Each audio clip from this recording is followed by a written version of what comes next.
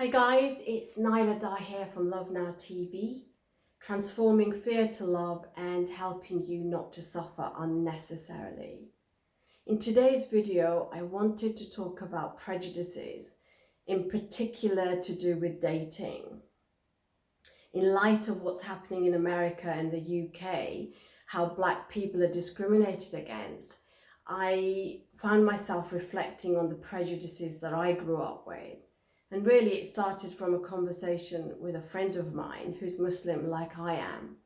And he said to me how sad he was about all that was happening in America and here. And his daughter turned around to him and said, yeah, but Dad, if I brought a black guy home, you wouldn't accept him. And he said to me, I was embarrassed to admit that was true. And I thought about when I was growing up, like there was this silent, unspoken hierarchy of prejudices. And for Muslims, it was like, you didn't go out with an English guy. But above that, you didn't go out with an Indian guy. And below that, the worst you could do was go out with a black guy. And for the Indians, it was the same. It was okay to go out with an English guy, but the worst thing you could do was go out with a Muslim, and you didn't even go to the idea of going out with a black guy. So I remember being 18, 19, being at college and seeing this guy who I thought was really attractive. Now, if you're Pakistani or Indian, you can usually tell if they're Pakistani or Indian. But on this occasion, I couldn't tell. Anyway, I found out he was Indian and I went off him like that. I didn't stop, I didn't process and think, oh Nyla, don't go there. I didn't even think about it. I just literally went off him instantaneously. And that's the power of conditioning.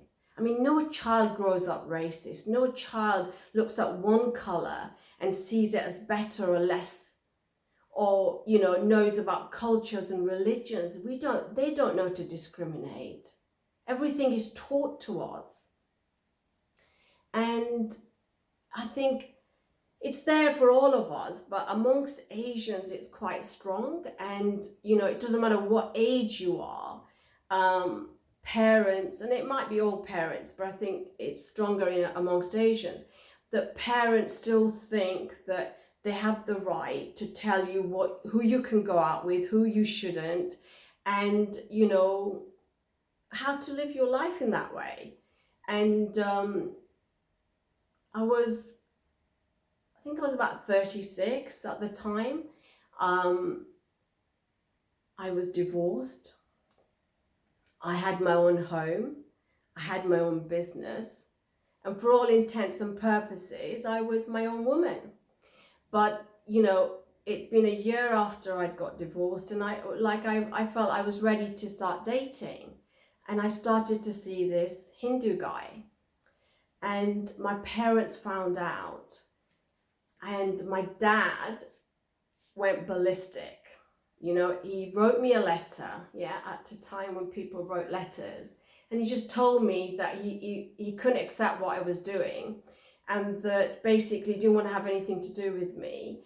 And I was banned from coming to the family home. And I thought, there's no way my mum would have agreed to that. She's very attached to her children, and she wouldn't accept my dad banning me from visiting the house. So I went to the house, and lo and behold, my mum did know about it. And I was surprised to see that actually she felt stronger than my dad. And my parents, believe it or not, are actually liberal people compared to a lot of other Asians. So, and I just started dating the guy. I didn't even know if it was going to go anywhere. But my mum was already worried about what people would say. But what were my children going to be? What religion were they going to follow? And I wasn't even religious. So, she was very upset. And my dad said to me, why can't you go out with a Muslim guy? And I said, Dad, I'd love to go out with a Muslim guy. If I can find somebody who's open-minded, who's liberal, and we're on the same page, nothing would give me more pleasure. But the truth is, I'm not meeting guys like that. So I'm going to go with somebody who I feel compatible with and not just what you think I should do. And, you know, quite frankly, unless I'm serious about someone, I don't see what's the point in telling you about it or seeking your permission on it. Anyway, they were very angry and very judgmental about the whole process and relentless in their opinion of me making that kind of choice. And I defended myself and I said, these are normal people, they're just like us, they're just human beings. And, you know, I stood my ground, but by the time I got home, I felt so dirty, with my choice. And I remember washing my car for 3 hours, just sort of metaphorically cleansing myself of how I felt. And that's the power of conditioning. It's not their fault. I don't blame them because they've inherited prejudices through history, through experiences, through their own upbringing, and they can't help it. And then we inherit it. And, you know, the joke is the Hindu guy was getting it in the neck from his side. He was in his early 40s, he was divorced and he had 2 young boys. And when his family found out, his ex-wife, yes, she was his ex-wife, and just like my parents, she still thought she had the right to tell him what he could and couldn't do. And she said to him, what are you doing? How can you do this? What example are you setting your boys? You're letting them think it's okay for them to go out with a Muslim girl. And his sister said to him, you know, they convert Hindus. Muslim people convert people. And his brother said to him, get rid of her. So, you know, the prejudices are everywhere. It's not one culture, but amongst the Asians, that's what we do. We discriminate against each other and then make the black people the worst possible choice. Now, when I was growing up, you know, you were a bit of a rebel if you went out with an Indian guy, but you wouldn't going out with a black guy. But in this day and age, this generation, they don't have the same strong feelings that we were dealt or given. They grow up with black people, they are educated with them, they're their friends, they see them as normal, like them, and they go out with black people. Now, it's a real struggle for Asian girls because they know what will happen when their parents find out. So either it's done in secret or they have to consider that if they did go and make that choice, they may be disowned by the family. Unless, of course, you're black and Muslim. That somehow is okay. But initially, when an Asian family finds out that you're going out with a black guy, the first feelings that they go to is shame and dishonor. But if they're Muslim, it kind of softens the blow. And if they're not, if they convert, then they're acceptable. Yeah, it's all changing how they're perceiving it internally. The person doesn't change. You might change their name and they may take on the religion or not. They might do it just to keep you happy so they can marry your daughter. But that's what happens, that you are not accepted for you. And I remember having a client who, you know, married a black guy, and they were both professional, really lovely people, and he was such a good guy, but she was completely disowned by her family. And her father, God rest his soul, her father felt so strongly that when he was dying, he made it a condition she was not allowed to visit his funeral. That's the power of conditioning. That's how much they can be embedded in us, that we can see our own child in that light. And it's not unless we reflect on our prejudices and challenge them, we don't sometimes even know those prejudices which are there, you know. And it's great to protest and it's great to go and do that, but let's own the racist in us and reflect and challenge, because that's the way we're going to raise the collective consciousness in the world, starting with ourselves. I mean, I went out with another Indian guy, and he was Sindhi, and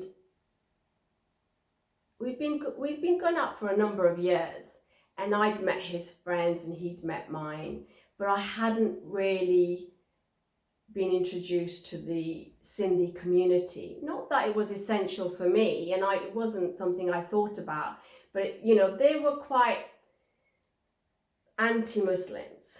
And one day it came from him. He wanted to introduce me, and he said to me, would you consider calling yourself Nita? And I said, and why would I do that? And bless him, his logic was that if he introduced me as Nita, they would think I was Indian. They would get a chance to know me and like me. Whereas if I was introduced as Naila, they would know I was Muslim and they would write me off immediately. And I said to him, you know, I'm not going to change. I'm not going to be anyone else. I spent my whole life fighting for my own rights, for my own choices. I'm not interested in becoming someone else in order to be accepted. I'm not interested in that facade. But that's what's happening in the UK, in the here and now. This is a current story. It's not an old story.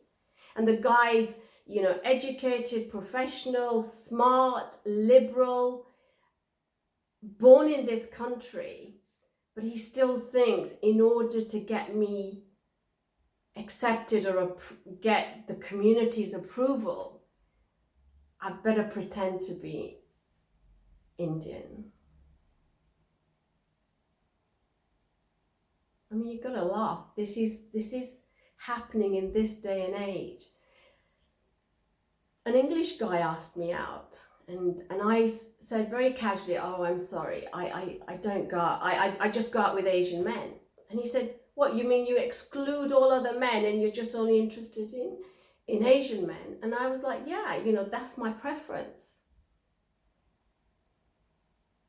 But it's only now when I question, how did that preference come about? And I did think about it at the time. I thought, well, why? What is it about Asian men? Well, I find them attractive, okay. What else? It was like, well, I like that we have a language, a different language in common. And I thought, yeah, but nobody speaks any other language except English these days, okay. So what else? I thought, well, if they're Asian, they have a shortcut to the culture. Like, they would totally get all this. Whereas somebody who's English watching this video might think, are you serious? People do that? People have conversations like that in this day and age. But an Asian guy would totally get it. But it still makes me question my choices in terms of preference. How did I make that preference? How did I swallow whole the prejudices that I inherited? And it's time to question them, to challenge them. And I invite you to look at your own prejudices and question where they came from And are they true? Do they still mean the same thing for you? And how are you judging and discriminating against your fellow human beings? Well, thank you for listening. I hope it gives you food for thought. Bye for now.